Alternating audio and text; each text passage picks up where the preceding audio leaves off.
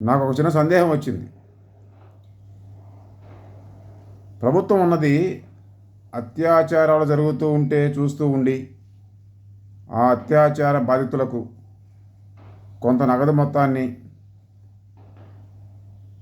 లేదా ఇంటి స్థలాల వంటి వాటిని, ఉద్యోగాల వంటి వాటిని నష్టపరిహారంగా ఆ పేరుతోటి ఇవ్వడం వరకేనా? అత్యాచారాలు నిర్మూలించడం కూడానా ప్రభుత్వ బాధ్యత? ఎందుకు వచ్చిందంటే నాకు ఈ సందేహం. భారతదేశంలో స్వాతంత్రం వచ్చినప్పటి నుంచి, రాజ్యాంగం అమల్లోకి వచ్చినప్పటి నుంచి ఈ 74 ఏళ్ళు 75 ఏళ్లలో అత్యాచారాలు జరుగుతూనే ఉన్నాయి. నష్టపరిహారం పేరుతో ప్రభుత్వాలు డబ్బులు ఇస్తూనే ఉన్నాయి. అయినా అత్యాచారాలు నిర్మూలన జరగలేదు. అందుకే నాకు ఈ సందేహం వచ్చింది. నా సందేహం ప్రభుత్వం తీరిస్తే బాగుండు. ఎవరైనా సమాధానం చెప్పినా పర్లేదు. అభయాదేశం ఒక అవసరం. అభయ కలకాల వద్దులను కాక.